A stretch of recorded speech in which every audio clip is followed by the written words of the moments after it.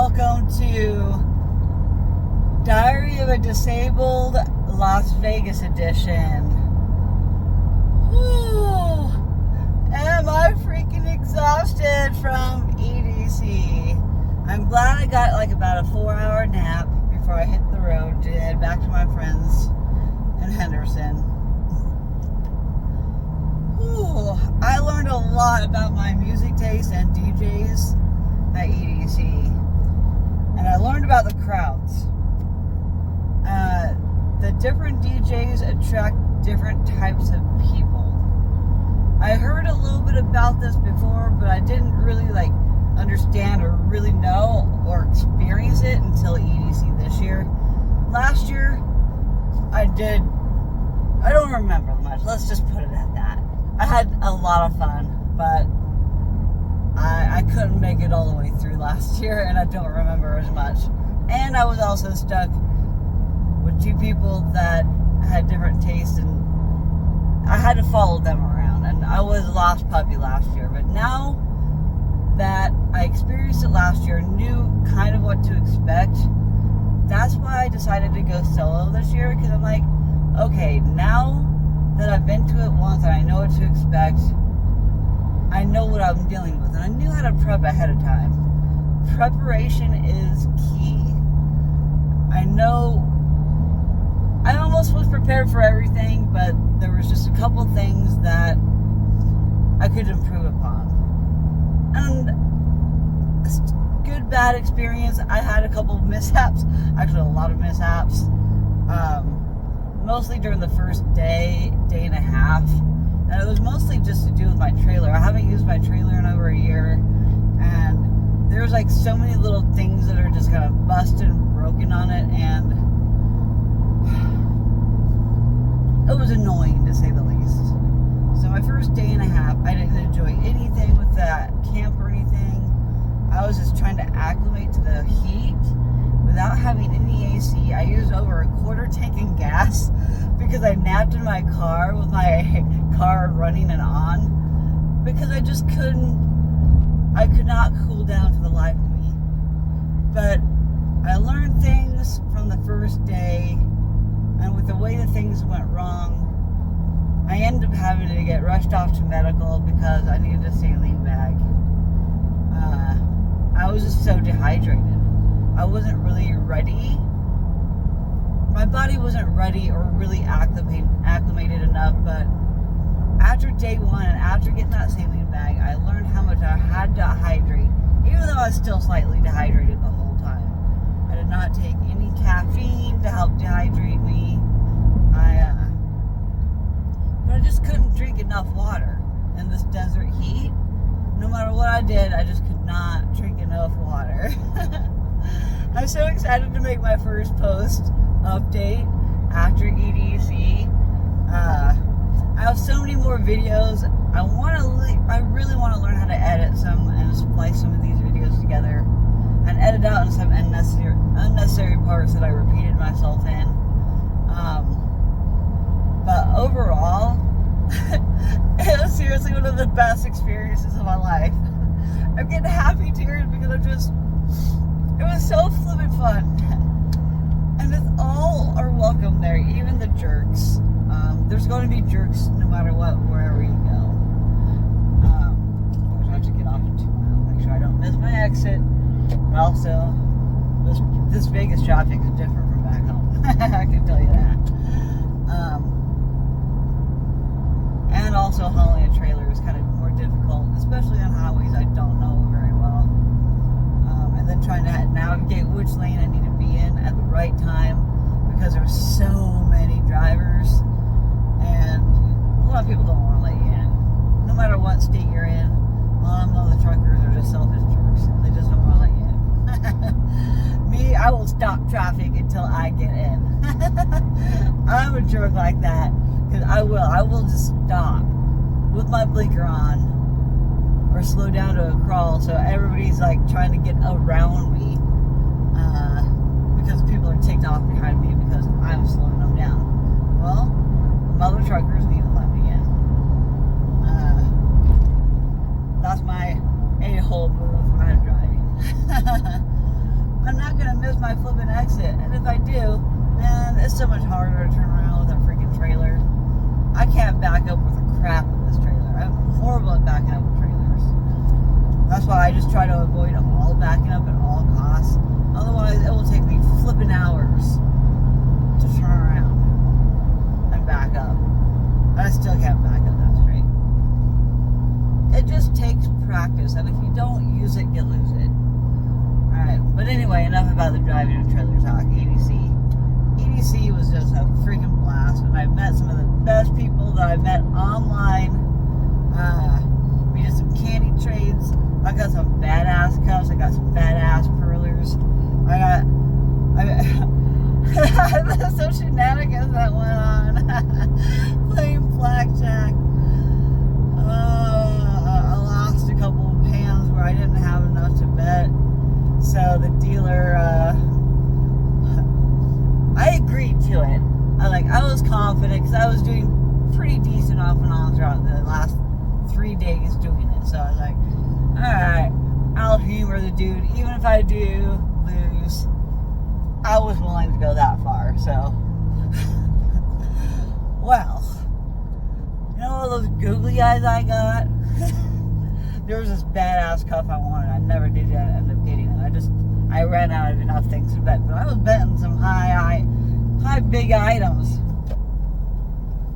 This is the exit. They renamed these exits according to my freaking GPS too. It's so stupid.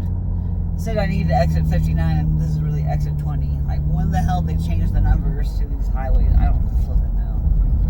So I have to really pay attention. But at least I'm a good multitasker with paying attention. And which lane I can be in? South or east? East. Shit, is this the south lane or east lane? I think this is the south lane. So anyways, the biggest googly eyes that I had were like adhesives, and they were about like that big. Well, I was betting some of the googly eyes, and it was like, oh girl, you just don't got quite enough, but I'll dare you to do something. I'll let you, that'll be part of your bet. I'm like, okay. It's like, if the house wins, you have to pull your bikini top down and use the googly eyes as pasties.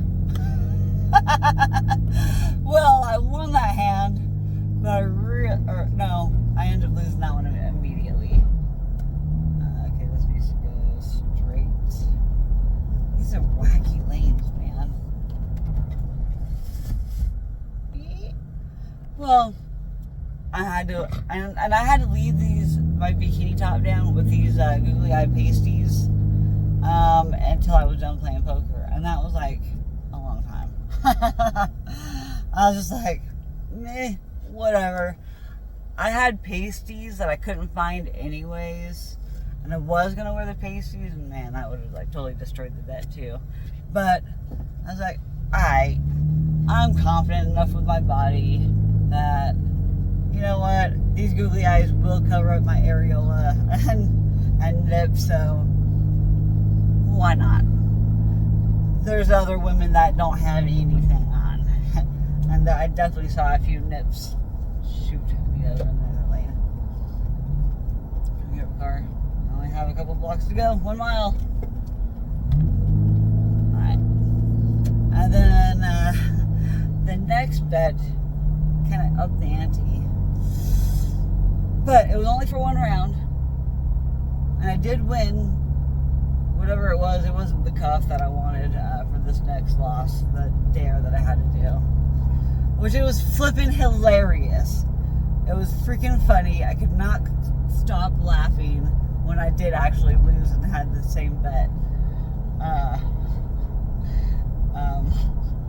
So he wanted me to be the new blackjack table. So no money was involved in this blackjack. It was strictly just bracelets, candy, whatever F you wanted. Somebody bet a paper plane. They try to match your bet with all the other stuff like trinkets and just random stuff. Like really, some of the weirdest random crap I've ever seen in my life were the winnings. And there was like even a Barbie with 3 legs and like a different head, like a dinosaur head, no Barbie head. Like, there were some freakishly weird items up for grabs.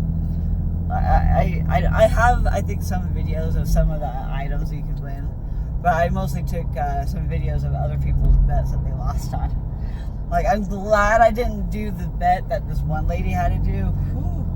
But anyway, I'll get back to my story. I'm almost to my friend's house too. So yeah, I ended up losing. I had people's items that they were betting and the items that the dealer was matching all over my half-naked body, including my face. I had cards on my face. I had items on my face. I had stuff on my mouth. I couldn't talk. I couldn't see. I wished I had somebody take a picture of me as the table, and I don't have it. I'm sure other people took pictures. I mean, I took a video of the lady that lost her bet. So what her bet was, she had to sit. She was like wearing a thong too. She had to sit on. Oops, wrong way. She had to sit on some cheesecake.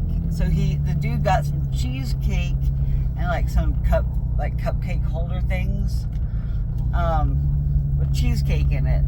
What she had to do was rub her butt all over in that cheesecake, and then have some of us at the table. He asked all of us. There were like 6 of us at the end of our table. If we all wanted to eat some of the cheesecake, and there was actually 2 other takers to eat that cheesecake after she rubbed her ass all over it. Her man that was with her, he licked it off her butt. I got some of that video. I think it's a little inappropriate for YouTube. I don't know if I can post it or not. I have to figure out some editing or something to try and make sure it's appropriate, because I felt like it was a little corn, but with a P. There was some wild stuff I saw. There's a lot of stuff I know I didn't see either, though. So,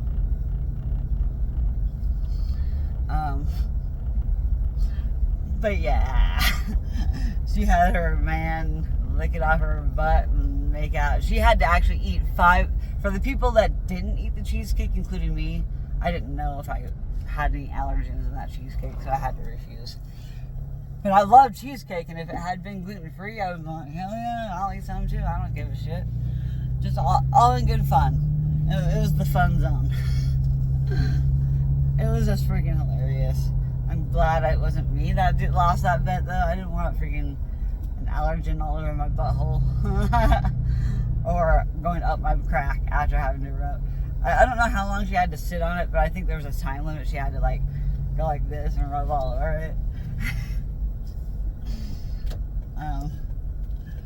Yeah. It was pretty ridiculous. I couldn't believe it. And I couldn't believe I would end up doing something like I did. It made me, the googly eye thing, I was a little hesitant on. But then I still had everything exposed except for I had the googly eyes on my nips. So yeah, my dress was down to like my stomach. And it was kind of bunched up too. So I mean, you could see my thong. I was laying on the blackjack table as they put all this stuff on me. And yeah, well, they dealt the cards, and and then everybody won or whatever. It was a blast, regardless of losing. It was hilarious. I had a great time playing blackjack. That's where I spent most of my time at camp, flirting with all the dealers. Like, come on, give me that. I won almost everything I wanted out of that, I went for a lot of big items. I was betting a whole bunch of crap all the time. Every time I would come up to the table and somebody would get up and I'd sit down. I bet my big inflatable bear. I bet all kinds of stuff, like piles of stuff all at once, just so I could get bigger items. They try to find something that's price comparable, and it's all up to the dealer what they want. A lot of the time, they pick what you want, or they pick what to match. But after a while and getting to know them and stuff, you know,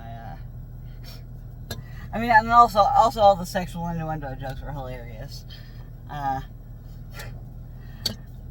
Fun stuff. I even made it to the pool party. There, with my ADA band, I was able to get right in, basically. Which, if I had known that ahead of time, I would have gone way more to the pool, just to cool down during the day. As it is, my big drinking water thing, it was busted. It fell out when I was getting unloaded, and so my big, like 2 or 3 gallon water to drink fell out and split all the way open, like everywhere. At least it was on the top, the split, so I was able to salvage like half of it.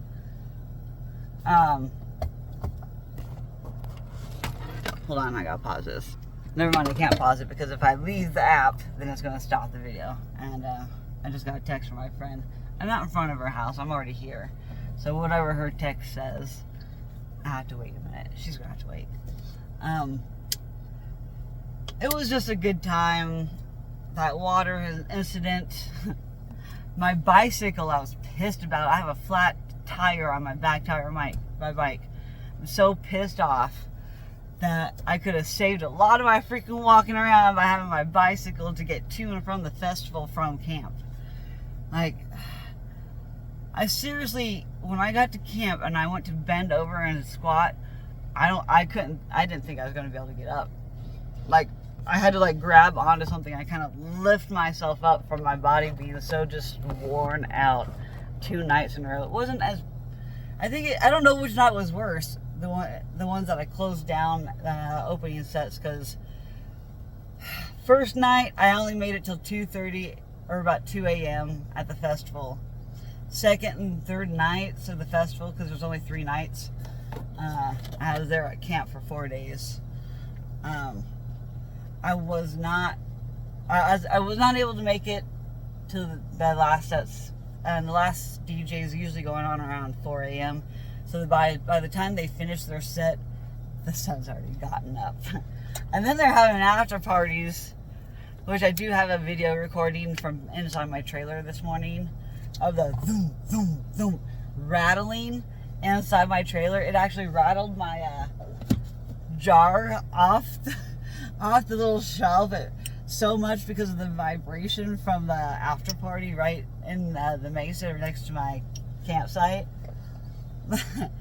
People complained about sleeping. I had no problem sleeping. I slept a lot. I slept a lot that first day at camp. That's why I missed everything. Because it's just hot, exhausted, tired, you know, trying to acclimate. But the second and third night, I made it till sunrise. And then there was mother trucking after parties, and I was like, oh shit, I don't know if I'm gonna make it, to the next night or the next day driving like today. I had to like try to set everything up and go to sleep. I couldn't deal with after parties. I would love to have gone because they sounded fun as heck, and the DJs were pretty decent. I missed Dive Flow, and he was like one of the first ones for the after parties at the camp. So I missed Dive Flow, but I learned some info about Dive Flow that really I don't really want to support him because of the info I learned about him. He's a rapist and pedo, and he's got all kinds of charges against him, and I'm not cool with that, especially underage people and the way he has presented himself. I'm going to go look into the news myself. It was only a rumor on one of the candy messaging group threads. They're like, don't support this dude, blah, blah, blah, blah. And I took that to heart, and I ended up doing other stuff instead during that set time that I was going to go see him. And I can't decide which DJ is my favorite now after seeing some of them at this festival. Like, I did learn that I'm more of a dubstep bass head than I am anything else. Although I have to have breaks, so I do really like house too, because it has a lot of the pop music and stuff. But there was a lot of songs I really didn't know in the house genre. But it's easier to dance to house. But I definitely like, I think bass heads and dubstep people are the freaking friendliest, coolest crowd to deal with. The house crowd is about 85% like pretty awesome. Trying to weave through the crowd. And that's how I kind of learned, you know, the difference between the crowds to the different types of genres and subcategories of electronic dance music. Like, there's a lot of categories and genres, and there's a lot of sub underneath that. But I really do like, because I was also a metalhead before, so that's what really draws me into being a bass head and a dubstep person, drum and bass. Plus, I have a banging system in my freaking car, and so house and bass, drums and bass sound amazing. I got so many damn videos of musicians, and I don't know what I should be. I might have to like edit the sound out, and maybe do some commentary over it, because I don't want to get hit with copyright by the artists, DJs themselves. I already got hit on Facebook for excision, so excision didn't like violate me or like, you know, take down my clip. They actually added an ad to make revenue off of the views. So I thank you, Excision, for allowing me to play your music or part of your set on Facebook. Thank you very much. At some point I will let you all know my Facebook, but I try to keep, it's a public profile, but I had it on private for a very, very, very long time. I'm trying to keep a little bit of my socials. I have a lot of personal information more so about me on Facebook, but I also don't post as much on Facebook anymore since I started this channel. I'm also in one of my outfits I didn't get a chance to wear during EDC, because hell, I'm going to jump in my friend's pool today.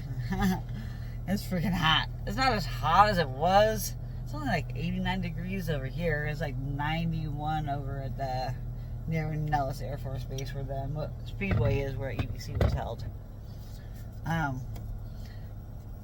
do have to say the showers weren't too bad. They kind of reminded me of my being on the ship in the military, with the way the nozzles suck and the way the water flows. But I was impressed with the mobile shower units that they had for camp. I was really impressed. There were like 8, maybe. I didn't stand there to count. I just got in and out.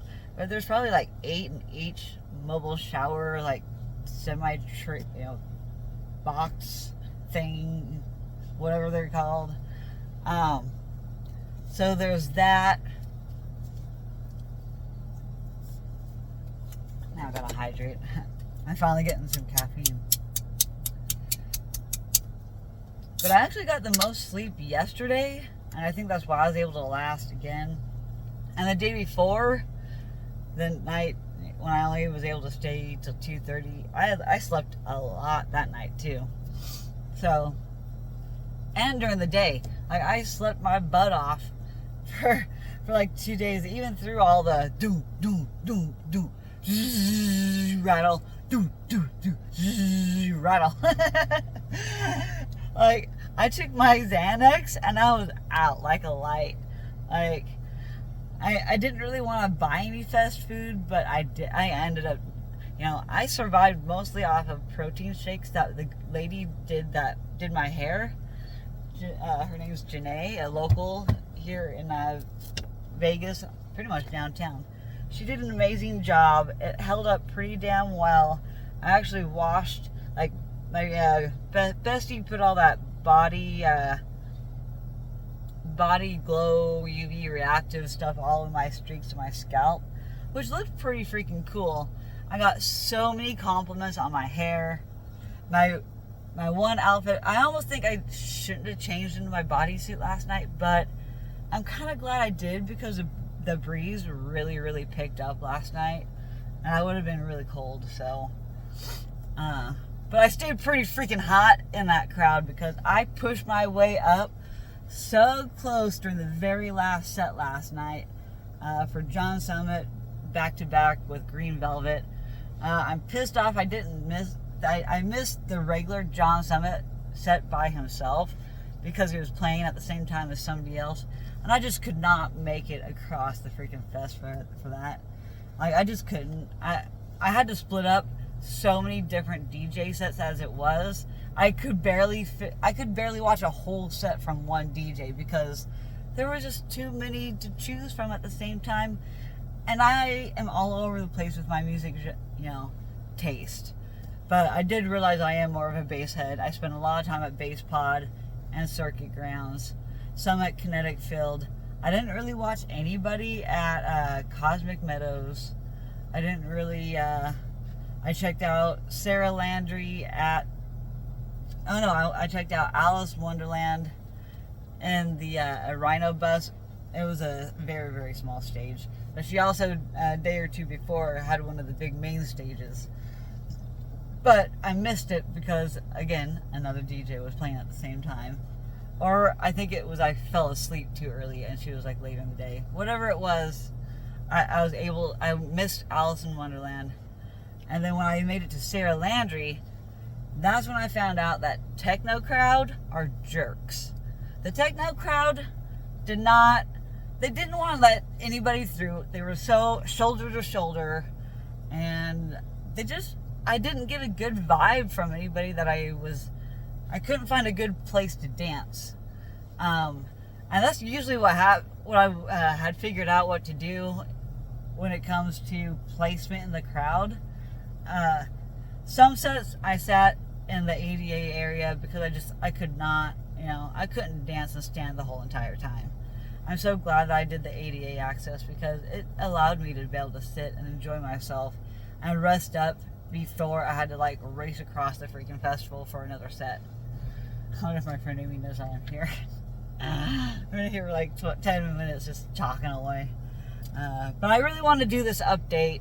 Thank you, DK, for checking in on me. You figured out my Facebook account. And that's cool. I'm okay with that. She was one of my first commenters, and one of my favorite commenters so far. Thank you so much for all the love and the follows. Again, I will put out my other socials again at some point. Not again. At some point, when I feel comfortable enough sharing that. I would just want more of a freaking count on my subs here, I need to get my subscription numbers up and not go to my Facebook because I'm trying to get a following here. My Facebook has 1,200 followers. I have the biggest sub followers on that platform the most.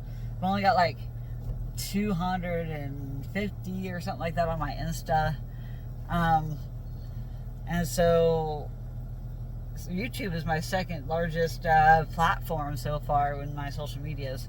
I use my Instagram mostly for my modeling pics, my own photography, more of my selfies and stuff. It's more picture oriented. Facebook is more for updates for a lot of my veteran family and friends, because a lot of them don't follow my YouTube, and that's cool. A lot of them are not into, they already know enough about me pretty much.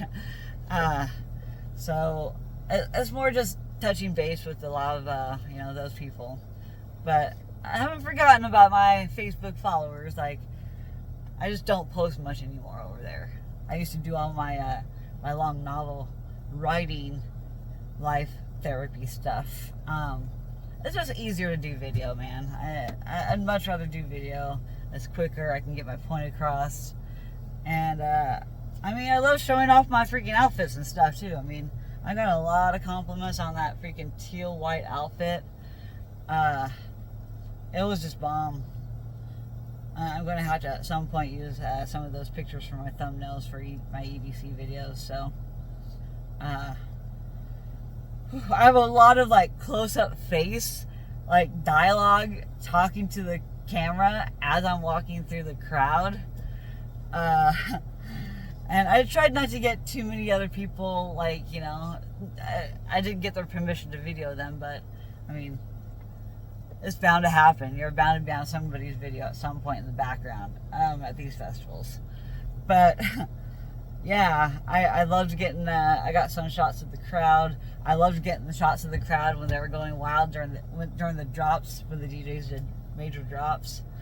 Like, it was badass. I wish I would have just, instead of going to Sarah Landry or somebody else, I wish I would have stayed in the bass pod, because I was vibing with 2 or 3 of the people on the rail, and it was the best freaking spot. I wanted on the freaking video too of the crowd, but the dude went right past us. He was like getting pictures off the rail, setting the camera on the rail and getting, you know, video of people professionally. And I wanted on video so bad. Well, I'll be able to find myself in the crowd during a couple of the DJ sets, only because I know the location and I got videos of which flags I'm standing next to and totems, so I can point myself out and be like, I was right there. And it'll also really show me how close I got to the stage in some spots, because I couldn't tell half the time. Although the closest I got was for John's helmet. I got so freaking close to the front. Like, I was really stoked that I made it that far. Because once you get up there, there's not really turning around and going back. It is so hard to leave. But what I found was the clue.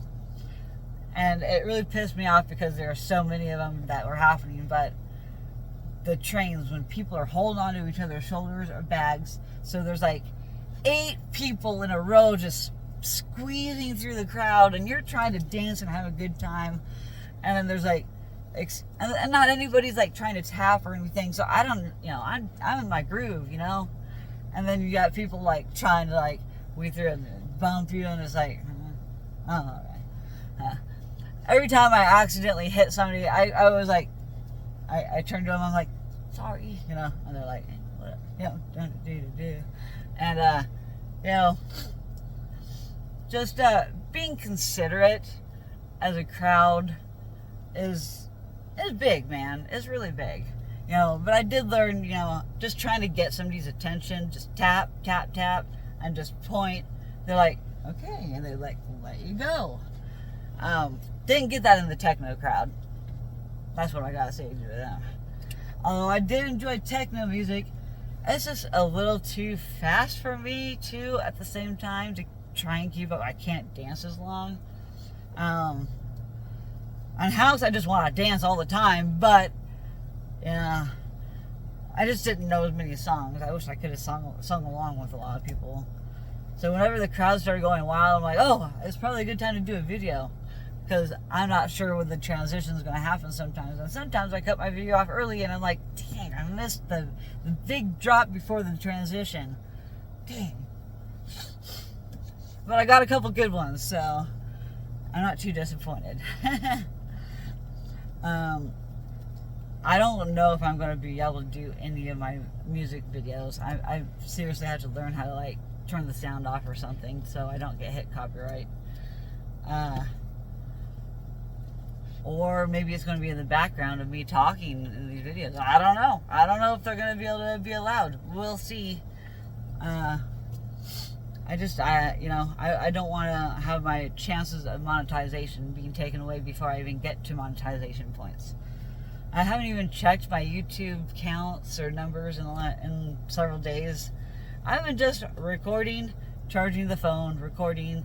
I didn't take that many pictures either. I didn't get any pictures of my trades. I didn't really get that many full-on pictures of my outfits either. I was solo. I didn't have anybody to take pictures of me. At the very end, I did get somebody in the crowd get a picture of me in front of the very last stage in Kinetic Field. She's like, I was trying to do a selfie, and she's like, hey, you want me to take your picture for you? I'm like, yes, please, thank you. And yeah, that worked. And she got 1 out of 4 good ones. So I'm gonna probably post that one as the thumbnail for maybe this video. It was a blast. I have way more stories to tell, but I better get inside and get my day started here. I don't know what my bestie's text message was. She needed to take a shower. She was probably lagging and taking her time, but she wanted to jump in the shower, so hopefully it was not too long of a shower, and hopefully she's not waiting until I get here to take one. So I'll read what the text says when I sign off here. Thank you everybody so much. Please, if you like my content, like and subscribe. I haven't created my new channel yet. I'm going to try and maybe I'll delay that until after I get back. I don't know. It just depends on how many road trips I take while I'm here in Vegas. But I'm down to like $60 in my checking account. I am so broke. I am not making it back to Oregon until after June 1st. I plan to leave on the 2nd, and that gives me 3 days again, or 2.5, roughly, you know, depending on how long I can drive. But happy birthday to me. It was the best experience of a lifetime that I've never felt anywhere else. It seemed more magical the first time, just seeing it, the overwhelmingness last year for the first time. Like, it still looked cool, but like it wasn't as magical as that very first time stepping down the bleachers and just seeing the view of all of it. And I didn't go on any rides this year, and it's a good thing I didn't. It's not recommended with my spinal cord issues and my neck issues and my bulging discs. I mean, it really wasn't a good idea that I raged as hard as I did either, but you only live once, man. And that's how I felt about losing those bets at blackjack. I'm like, I only live once. Am I ever going to see these people again that playing this? Probably never in my life. And I don't care. Would I do that again? It just depends. It just depends on if I'm comfortable with the people I'm around. But yeah, it's usually not my thing. I don't like to bear it all. I like to wear skimpy stuff, but I don't like to show like actual stuff. It makes me slightly uncomfortable. Even if it was just the regular size pasties, I still don't think I would wear it just that. I'd have to have like a couple layers over it, like maybe some mesh stuff, and then yeah, maybe. But just straight on have pasties, nah, dude, I can't. That would just feel uncomfortable. Trying to dance especially. I don't have that big of ones, but like I can only imagine the ones that do. I do wear pasties because I've seen some that they'd be jiggling all over the place, which would be a show for others, I'm sure. But yeah, it's not really my thing. Although boobies are great.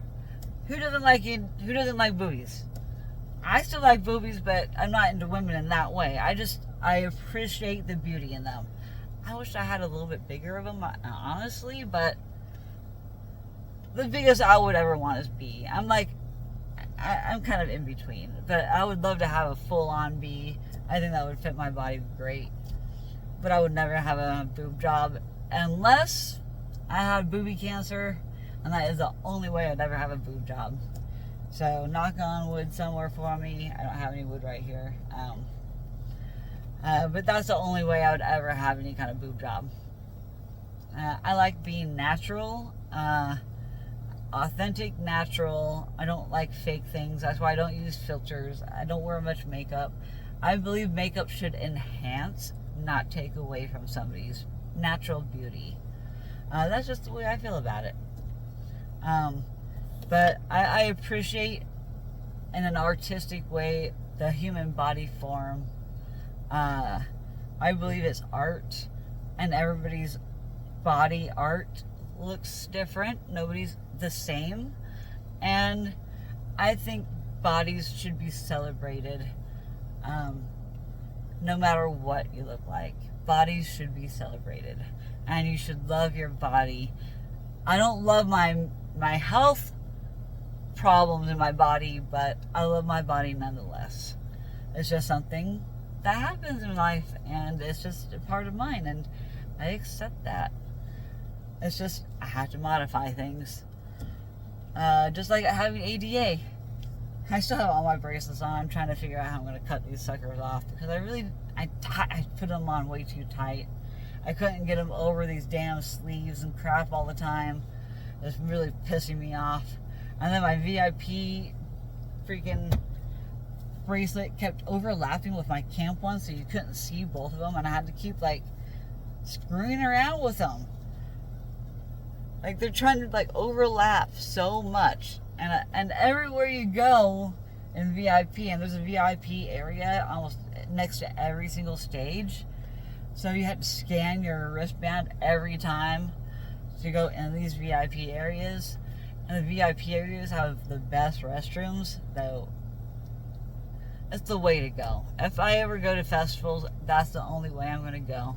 This GA Plus is a little less in money, but VIP is the only way to go. That's just in my opinion. And plus, you get really cool complimentary things, and there's services and things that are in the VIP areas, especially next to the biggest stage, the headlining stage, Kinetic Field. That VIP area is the largest. And it seemed like there were a lot more VIP this year than last year. I don't know. Like I said, I don't remember as much last year. I just remember I was holding on to, I was part of a 3-man team going through crowds. Not any DJs that I knew or, knew about. But it is what it is. And it's okay. I'm gonna go. I need to cut this video. It's 42 minutes long. I can't believe I talk this long. I can ramble forever. But if I go to any other festivals, I do want it to be closer. I would love to come back to EDC Las Vegas, but I have to get my debt paid down. I can't do this expensive vacation again until I get all my debt paid off.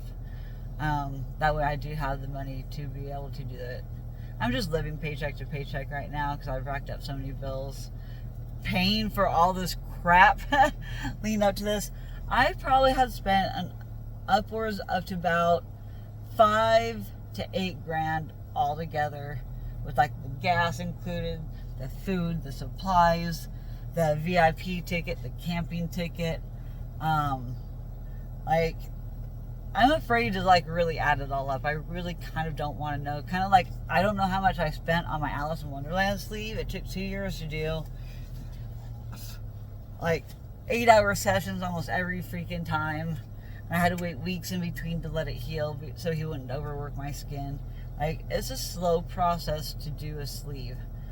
And it's taken a long time to do my leg because it's a lot of money. And I've been saving up for this since I came last year. All year long I'm paying the layaway plan. But I met some of the coolest people. I heard about there's besides Beyond Wonderland, which happens next month in the Gorge on the Oregon-Washington border. I don't know, it's probably 200 miles ish from where I live. It's way more doable than about 950 miles with my trailer. But I definitely will not do dry camping again. If it's for Vegas, it will be, I will be paying for power. For sure. I need to have my heat and AC as a disabled person. I can't do that again in that heat. But it did prepare me if I do need to camp out at the opal mines. And that's going to cost me a couple $100 too, to be able to get some of the best stuff to sort through at the mine. I haven't even looked up all the information to see how they changed their prices since the last time I looked it up. I only looked it up a few years ago, and I've had this dream of doing the opal mines for years. After I did the plush sunstone in the middle of BFE, an hour and a half away from any services, on gravel roads that are 20 miles per hour, for like 20-30 miles after anything. It's slow to get to any civilization where those mines are for the sunstones in Oregon, the beautiful Oregon sunstones. I just couldn't. I've done that sunstone trip twice too, by the way. Second time was way better because I had my trailer and I was with my family, and it was something that my family has talked about for like, I don't know, 10-15 years, and that finally came to a head. So I'm glad that I did it with my family for Father's Day last year. It was an amazing experience. Something that they never all want to do again because of how far it is into nothing. And I tried telling them, I go, it is so far to get there, I'm telling you. And they just didn't believe me. Like, they were just like, are you serious? I'm like, I tried telling you, it's in the middle of nothing. You can't get anywhere anytime fast. It takes over an hour to get anywhere, to any local anything, and the closest there is Lakeview, Oregon. And I think there's actually another one, but and then I know the opal mines are right around south of the opal mines, so I think I might be going through Lakeview on the way back. I don't recall. I have to re-look at my map, but I do have my route picked out for when I drive home, because I am going opal mining. I'm excited about that. But the next festival, right after Beyond Wonderland, goes on next month. I know they're going to start doing like pre-sale tickets for Beyond Wonderland for the following year and layaway plans. I may be doing it. We'll see how much that costs. But that will be my next one. Either that or Base Canyon. Because now that I know I'm a base head, I got to see who all plays Base Canyon and make a decision from there. And I know they're smaller festivals, but I kind of want to experience it. I love the community, for the most part. I mean, like I said, there's people that ruin it all for everything. But I had more good experiences than bad. It was a good time, and I can't wait to do it again. And I gave out all the bracelets I made. I have so many in return. I got cuffs, I got pearlers, I got stuffed animals from Blackjack. I got a big brown sack grocery bag of things that I basically traded for all these bracelets that I made. Which these are like bigger items for what I really had. Anyways, I love you all. I'm gonna get inside and say hi to my friend. Peace, love, unity, and respect. That is plur. That is what EDM is all about. Is peace, love, unity, and respect, and responsibility. People have tried to add the extra R. Responsibility is a good one too. Just be responsible. Whew. And hold on, one last thing. I just want to say about the responsibility. I saw several people I wasn't sure were going to make it because of how hot and sweaty and how hard people go dancing, and the drugs that they take, really, you really got to stay hydrated. You have to. And no matter how hydrated you get, some people just can't handle their things. Molly and the mushies and the LSD, and a lot of people do K, horse tranquilizers, and these things. And a lot of people do go skiing with their spoons there, you know. So it's between the K, the C, and the MDMA and the mushrooms. that are a lot. Those are the D's of choice at these festivals. I was sober, but being the sober one, I could really tell who was on stuff and who wasn't. But the ones that were sitting like in the middle of like these big crowds, at least they had people with them to watch out for them, whether they were on the D or not. They are at least in groups and they can help each other out. What I found really endearing and great, even though it was a bad situation, like one of the last shows, it was the John Summit one, before I got really close, I kept moving up and dancing with different people, giving bracelets out and random stuff. Everywhere I dance, if I feel the vibe and we kind of dance kind of similar, like, you know, recognize each other, you know, it's good vibes. If I don't get those good vibes, I'll just keep on moving in the crowd until I find a better vibe. But I wasn't sure about the vibe next to me at this one. There was like 4 or 5 of them. I couldn't tell how many were really in their group. But a girl was just, all of a sudden I look down, I look over, and one's like just sitting on the ground like this, and there's another one like kind of squatting down to like rub their back and see if they're okay, and then another person's like, are they okay? And then everybody starts busting out their fans and fanning her. And I'm like, oh yeah, she doesn't overheat and OD.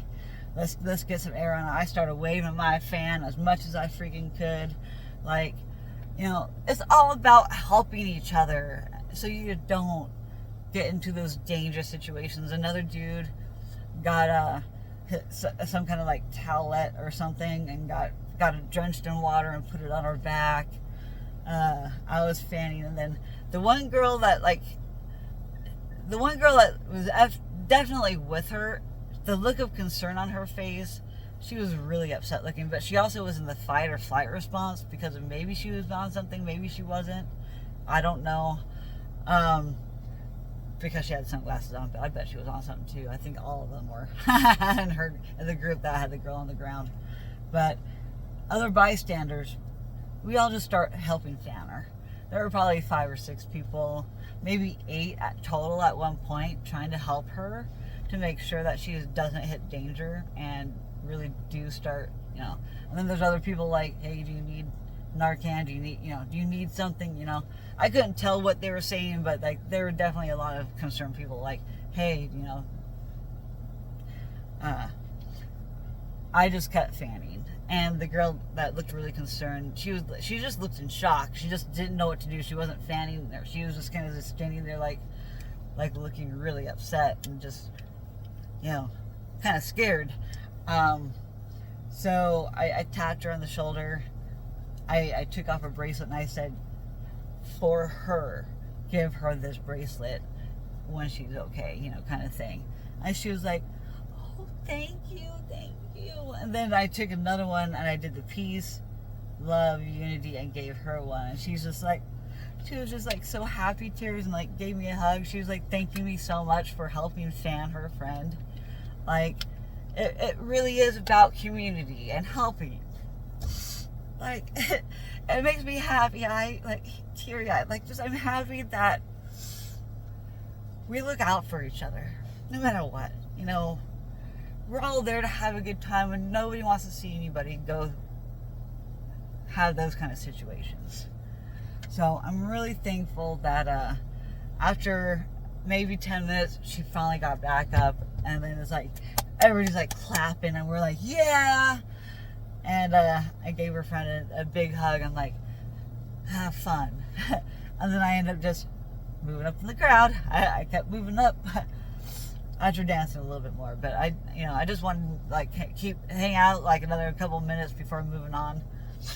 Because I wasn't getting like great vibes from that group at first, but I think it's because they were all messed up on something.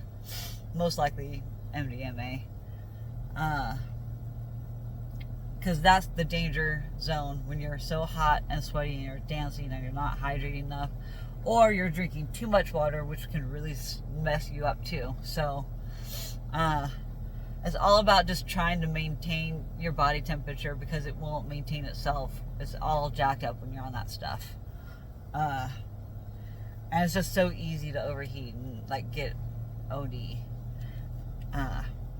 So I'm glad that this girl had her friends with her, and you know, I'm glad that we got her the help. And then another situation happened at one of the other stages. It was one of the base stages, but there was even like that instance. I felt like it was good and it was house music vibe, but it wasn't as good as the other one in the base pod that had the same situation. There was even more people, more fans, and more people cheering the person on when they finally stood up. I helped fan them too. Like, I was like really concerned, you know. I want to make sure people are safe, you know. It's all about helping, and whatever you can do to help cool them down, to get them back up and not, you know, fall over and, you know, seize or whatever that, you know, could happen. And everybody was just giving them water, cooling them down, fanning them. And I swear there was like so many people, and that guy stood up. The crowd was even louder cheering the mother trucker on, that he got back up and he was partying. He started dancing right away. I'm like, hell to the yes. So that's what I mean about the crowds. They're different. They're similar, but they're different. And I find that, like I said, the bass heads are, I think, better, and the dubstep crowd are like cooler and friendlier and all about helping you get by. They recognize and they can see you needing to get through. And you don't even gotta tap people on the shoulder. House people, you have to tap people on the shoulder and like kind of push your way through. But that's what I mean. Same scenario, different crowd, but better crowd. Friendlier.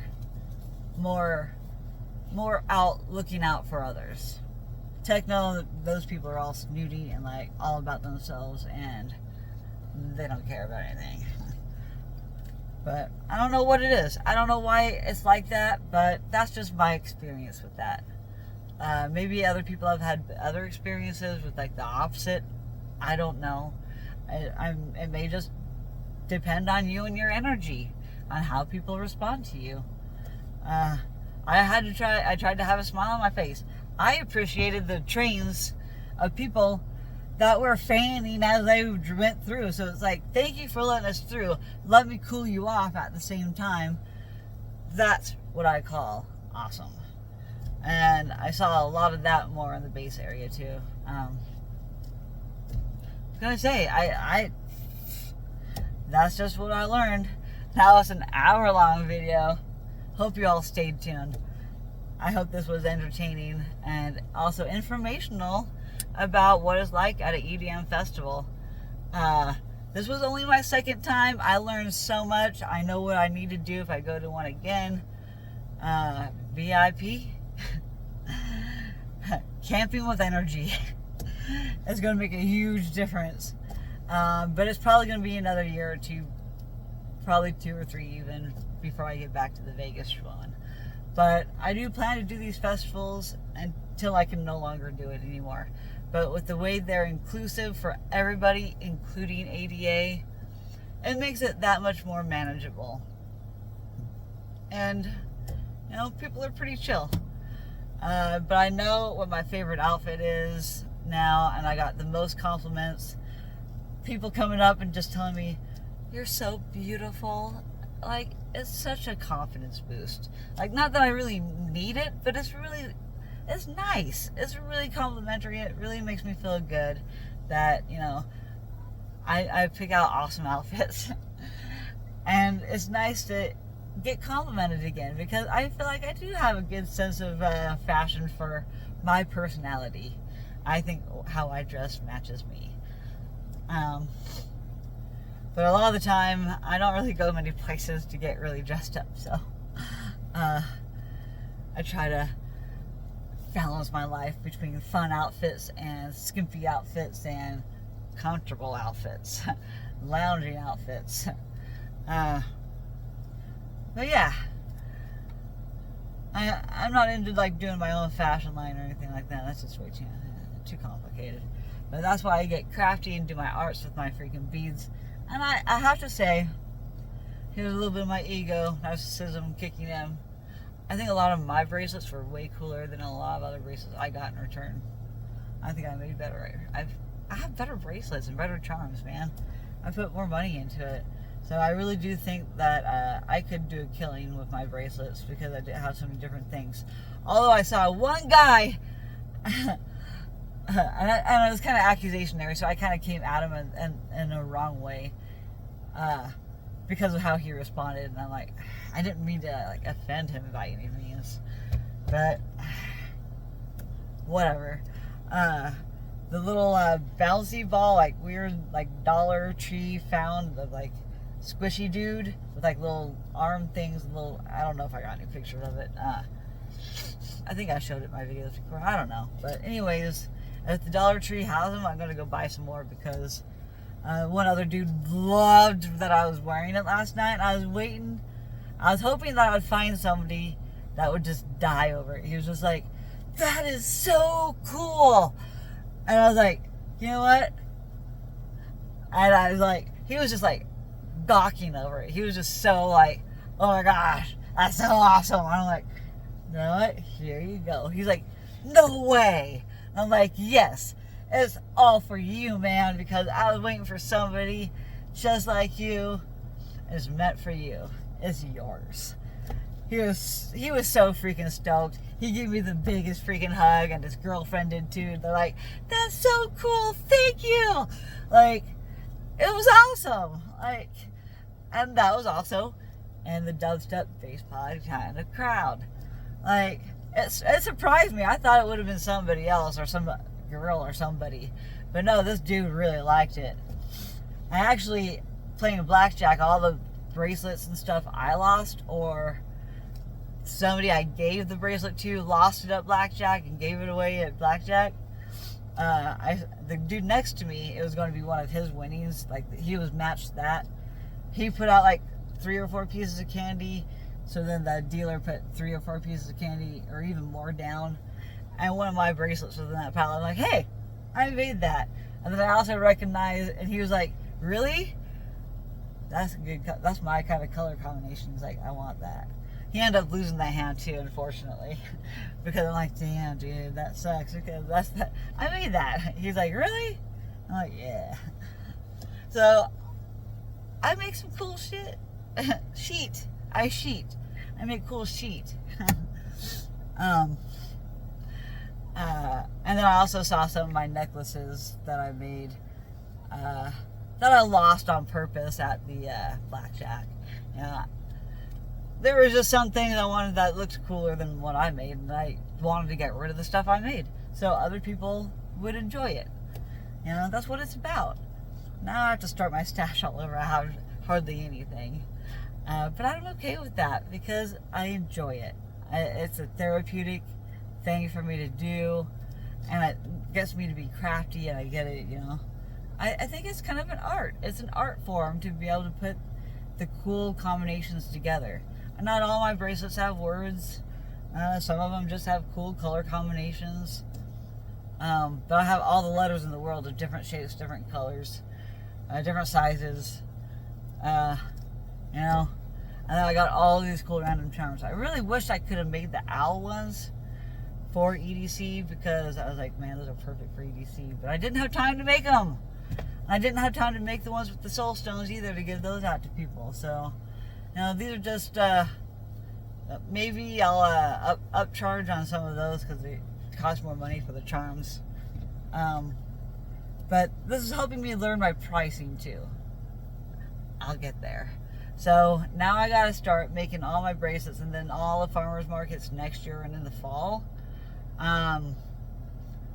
Usually they're in the spring and fall. And in the summer there's a lot of places to set up, not just farmers markets, but like other community things. So I want to go in with some of my friends that do make other items, and we can pay the cost of a booth and like sell our goods and trade, stuff like that.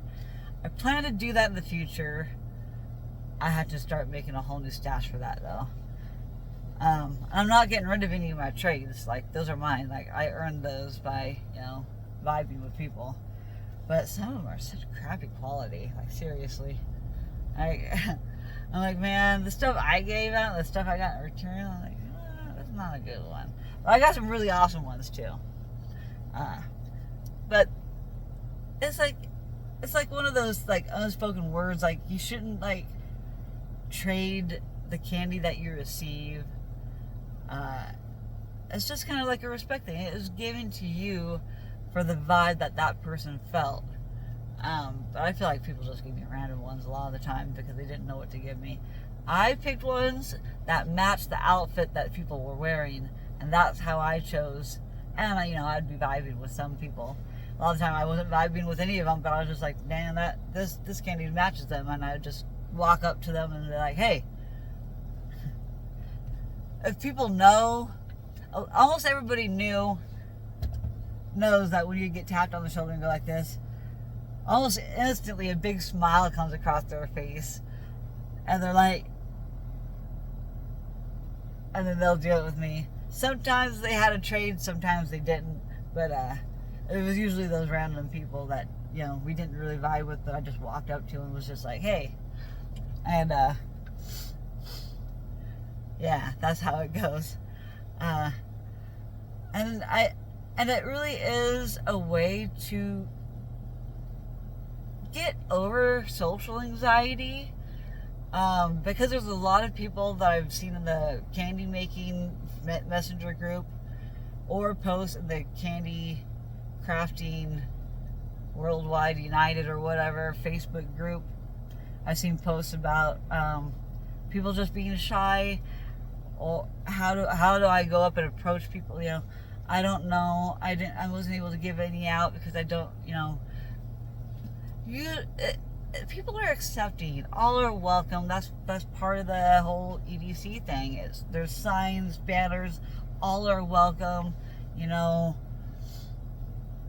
We try to be inclusive of everybody, and oh my gosh. Not that I'm against any, alphabet soup or, gay, but I did see a lot more bondage, muscle, like really good looking gay guys. A lot of them in the house stages, more than anywhere else. Not that there's anything wrong with that, but I was just like, I was really astounded. Like, I know all are welcome, and it doesn't bother me, seeing any of the PDA from them or anything. But I was astounded at how many there were at the house. Because I was just like, damn, that is like one large group of guys. Too bad they're all into the same sex. They were good looking. Seems like all the good looking ones are taken or gay. But I guess it kind of makes sense. Like,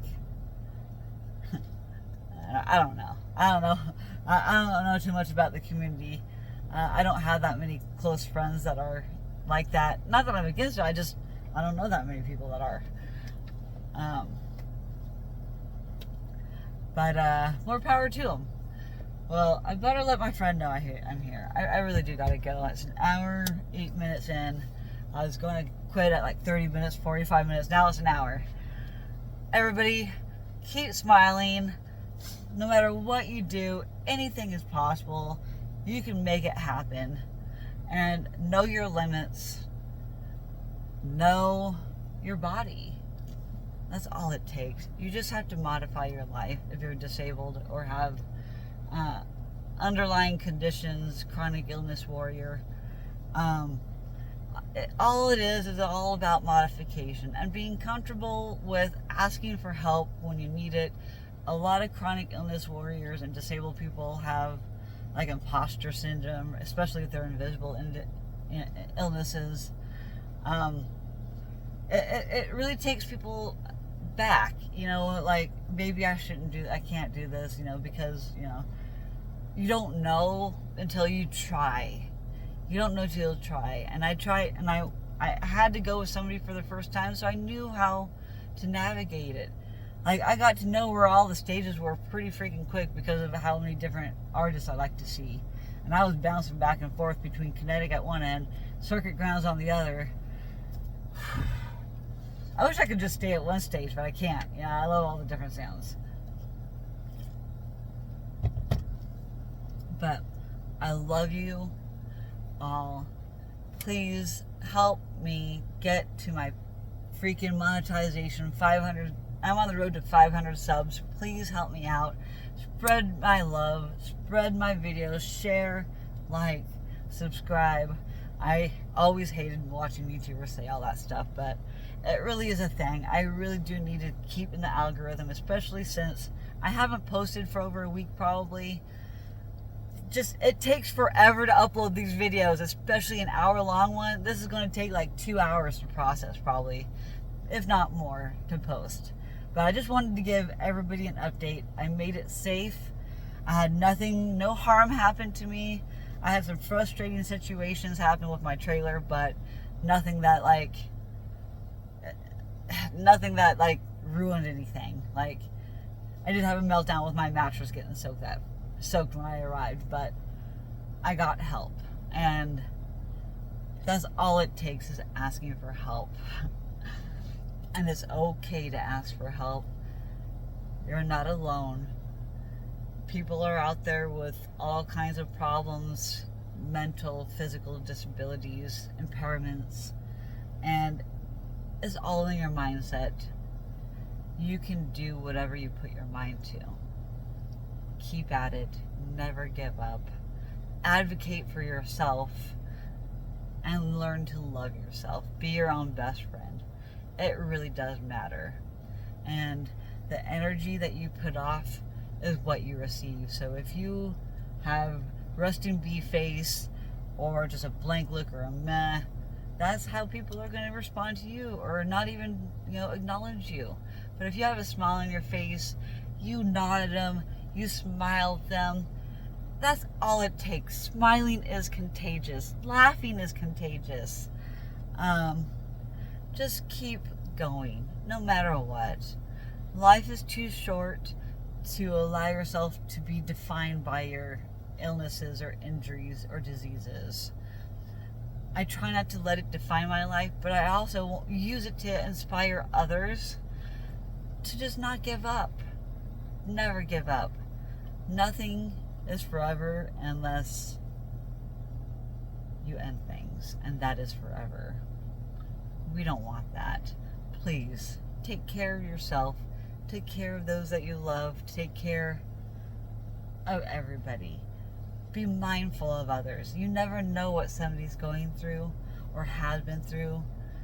And just getting somebody to be able to open up and talk about it, regardless of anything, topic-wise, just allowing somebody the space to talk is the world to that person. It means the world for somebody to tell their story. And sometimes people are not ready to tell it. They have to continue to process it and learn to process. Learn to process your feelings. Feel your feelings. Don't suppress them. All it does is cause more harm in the long run, and it turns into diseases and disabilities. By letting stress get to you, stress kills. There's a good stress and a bad stress, but distress is the bad kind, and there is just stress. Just don't get too stressed out where it leads to distress and an emergency. You don't want that. You don't want to blow up. Don't suppress your feelings. Get it out however you need to. Exercise is a great way. I can't really exercise because of my POTS, which includes exercise intolerance. That's why I had to stop and take lots of breaks last night. I haven't really had a bad POTS episode, except for that first day, but I think it was more dehydration and trying to acclimate than anything. I mean, I only had 180 or 280 degree days. Before that, it was like 40s at night and 60s, 50s during the day in Oregon. Then I go to weather like that for like weeks on end to 80 degrees the next day. And then I leave for Vegas and it's like 90 something and I'm just like, my body was in a shock. It didn't know what to do. And then I had all those mishaps when I arrived and all that. But yeah, don't let other people's opinions of you change you or give you bad attitude or invalidate you or gaslight you. Don't let others' opinions get to you. Their opinions don't matter, especially strangers. It doesn't matter what they think of you. What matters is what you think of yourself. So be kind, be your own best friend. That's one big thing that I took away from my pain study that I'm still in a part of. And there was something else. Somebody else like mentioned that. And then, my EDS symposium I went to. Be your own best friend. Tell yourself what you would tell somebody else for advice. Sometimes it is so hard to reflect on yourself and kind of dissociate kind of to process what you need to. That's all it takes. Just process it all.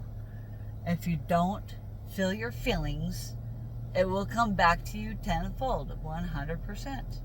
Do not let it build up. Feel your feelings, your anger, your frustration, your happiness, your sadness, your anxiety. Don't let anybody else dictate your life. Only you can change your mind. Only you can change your feelings. Nobody else is in control of your feelings. Nobody but you. So that's all you've got to do. Be your own best friend. Positive self-talk. But also find a way, an outlet like exercise, art, tattooing, any kind of therapy. Because there are so many ways to think of therapy. There's the professional therapist. There's the paid for insurance, psychologist, psychiatrist, therapist, social worker. But not only that, you try to get some close friends. And it's hard as an adult making new friends. I made new friends through Facebook groups. I have made some of the best friends I've had online in Facebook groups. You just never know. And just be open, but also be wary. The internet has so many catfish out there too. So it's all about balance. It's all about loving yourself and not being narcissistic, but everybody has a little bit of that in themselves. But you just have to find it. Find your own love, your confidence, and just be yourself. Don't care what people think about you or judge. Why did you do that? Like a lot of my family members judge me. And I'm like, because I wanted to. That's it. Because I wanted to. I want to experience life. I don't want to be stuck at home, being a homebody all the time. It's boring. That's all I do is play video games and stay home and be in bed most of the time throughout the year. Except for summer.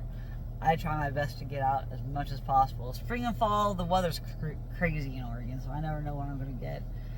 So it's harder to figure out my activities during those times of the year. And winter is just hibernate, basically. Video games, crafting. So that's probably going to be the majority of my time this next year, too, until summer.